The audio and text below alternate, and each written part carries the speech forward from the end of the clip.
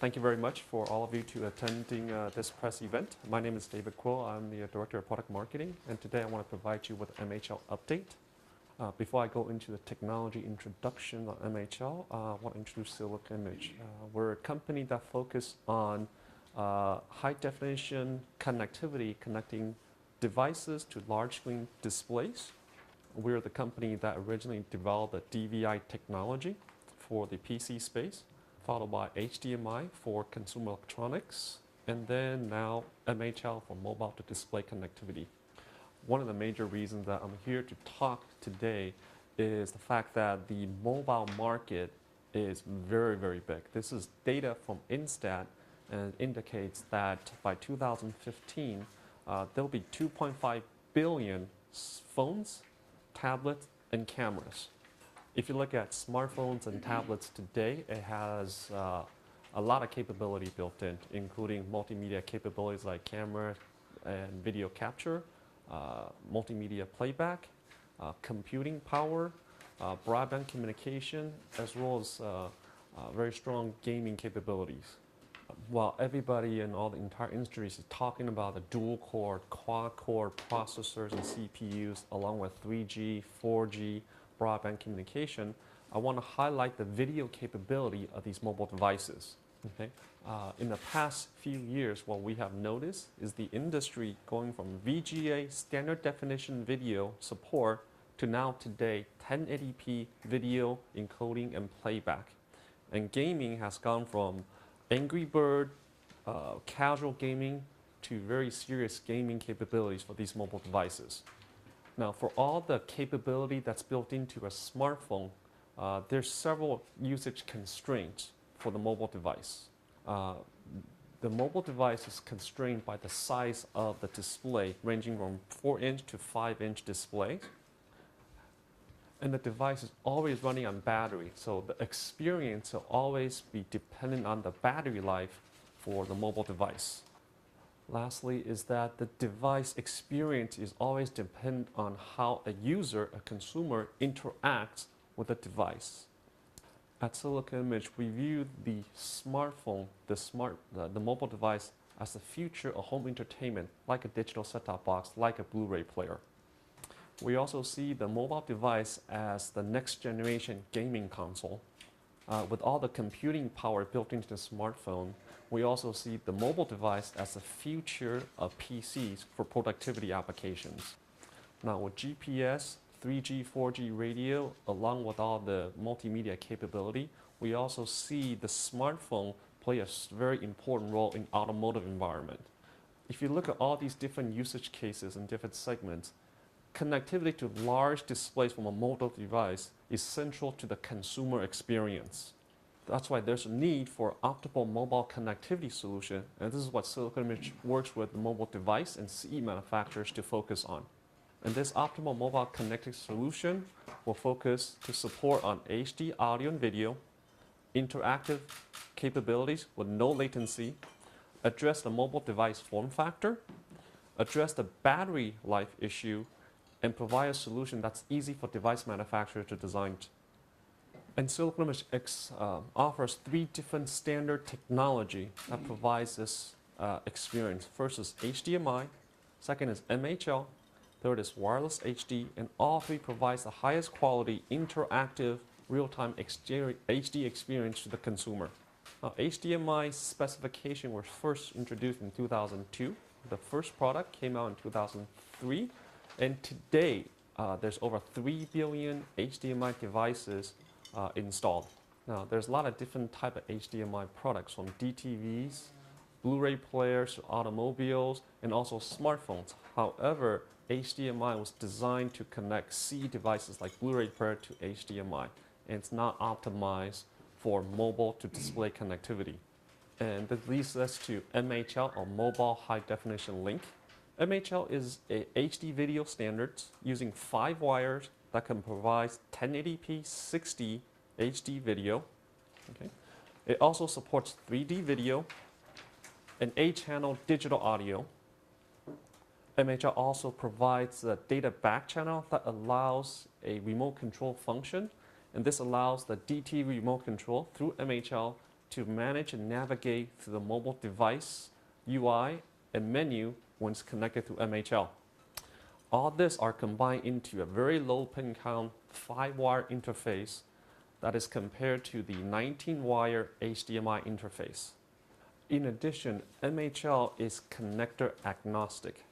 This means MHL is a standard that provides an electrical and protocol definition, but the device manufacturer can choose any mobile connector to use this digital interface. MHL allows the device manufacturer flexibility to repurpose their existing connector for HD audio and video, data, and also power charging, while reducing mobile device costs, reduce board space, and improve their industrial design.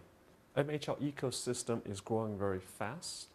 The specification was first announced in June 2010, and today there's over 140 adopters from mobile device manufacturer to DTV, PC OEM, automaker, and also silicon vendors as well.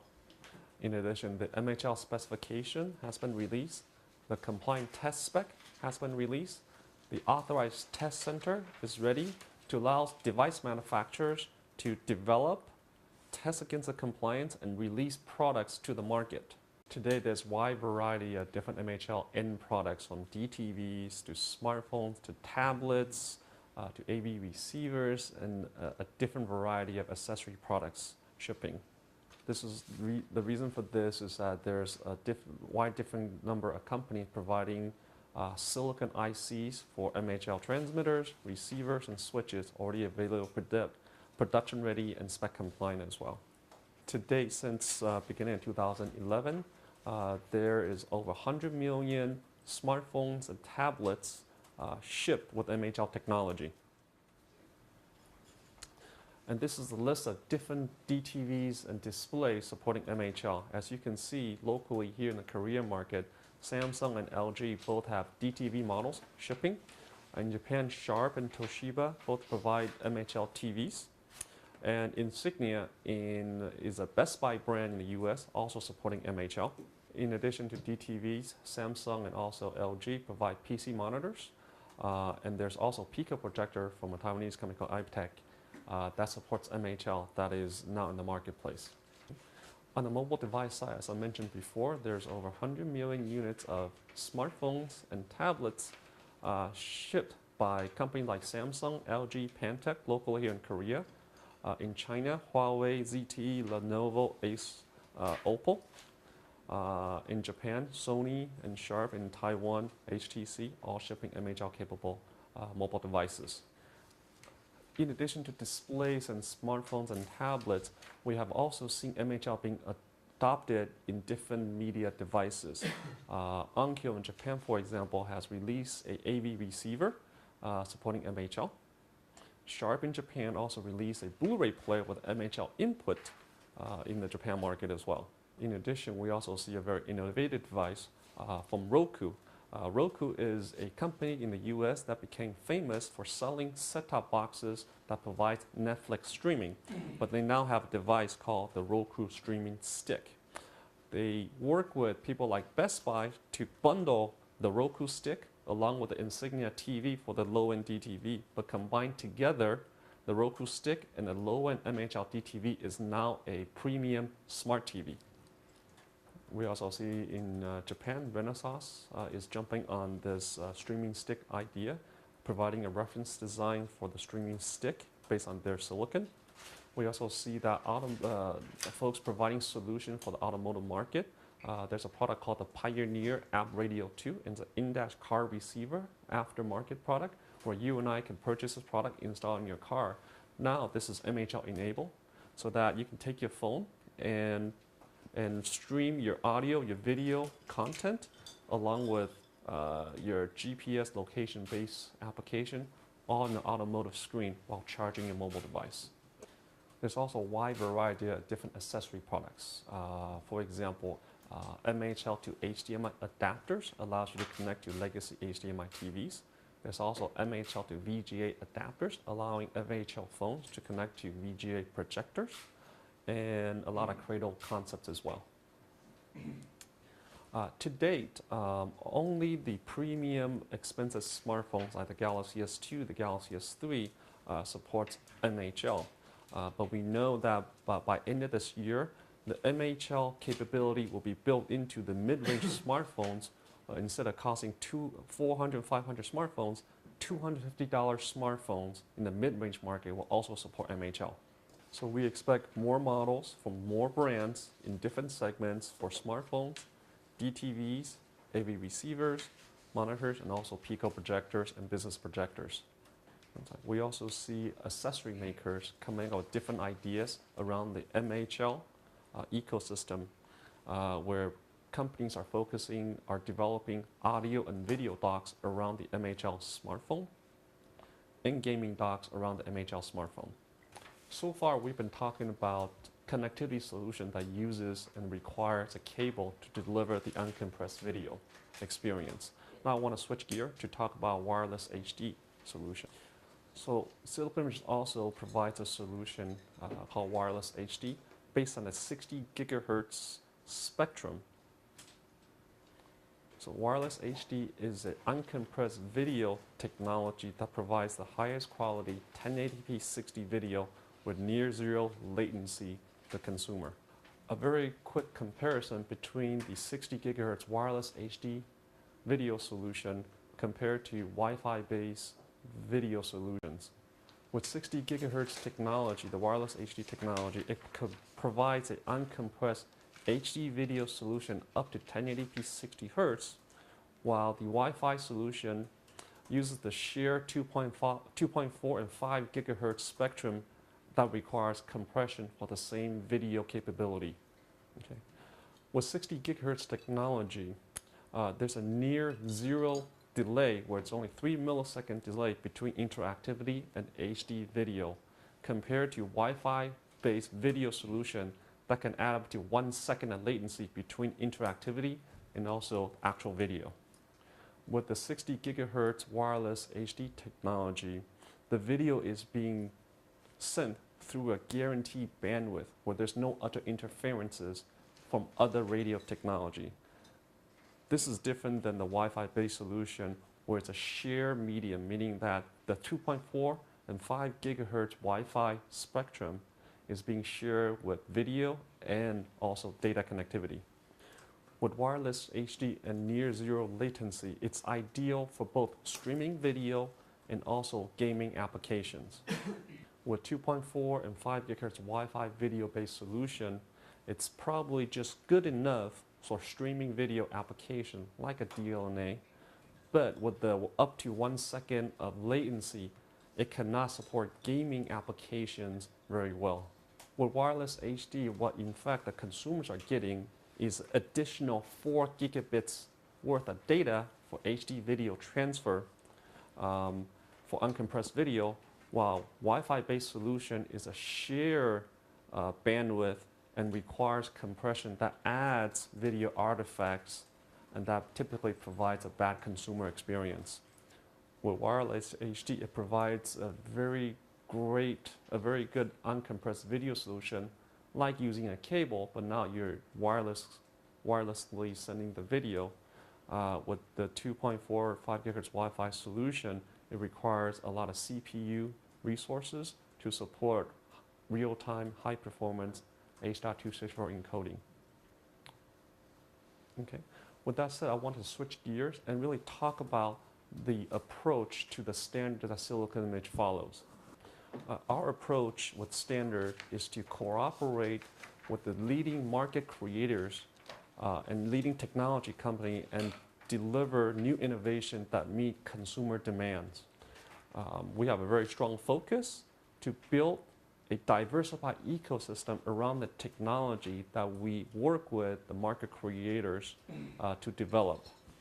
We have a very proven go-to-market approach where typically it takes about 6 months from the time of technology introduction before an end product from these market creators ends up on the shelf where the consumer can actually have access to the innovation technology they develop. The 2 good examples of our standards approach is first is HDMI. HDMI founders include the market creators in the CE space, such as Hitachi, Panasonic, Philips, Sony, Technicolor, Toshiba, and Silicon Image. And the focus of the HDMI founders is specific to HD connectivity between consumer electronic devices. Since 2002, HDMI specification has advanced to HDMI 1.4 with more than 1,200 adapters to date and 3 billion unit install base to date. And the business model approach is quite a little bit different than other standards. Is any company can become a HDMI adopter by paying an annual adopter's fee. Once they become an adopter, that adopter has full rights to the intellectual property within the specification, and the end product requires a small royalty.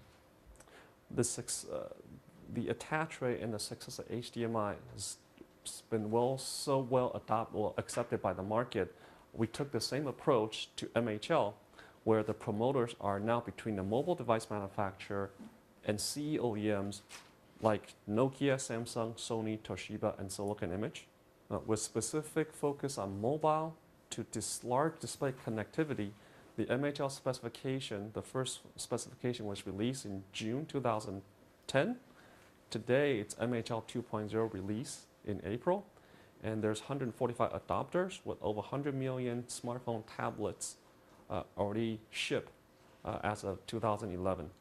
And MHL follows the same business model as HDMI, where there's an annual adopter's fee, where adopters now have full rights to the intellectual property that's inside the specification. And there's a small royalty involved in end product as well. This is a little bit different than other standards models. For example, there's standards model that's very PC-centric, developed and focused on PC to PC monitor ecosystem. Okay. Instead of 6 months from specification or technology to end product shipping, well, we have seen the go-to-market process typically takes 2 years with these other standards models.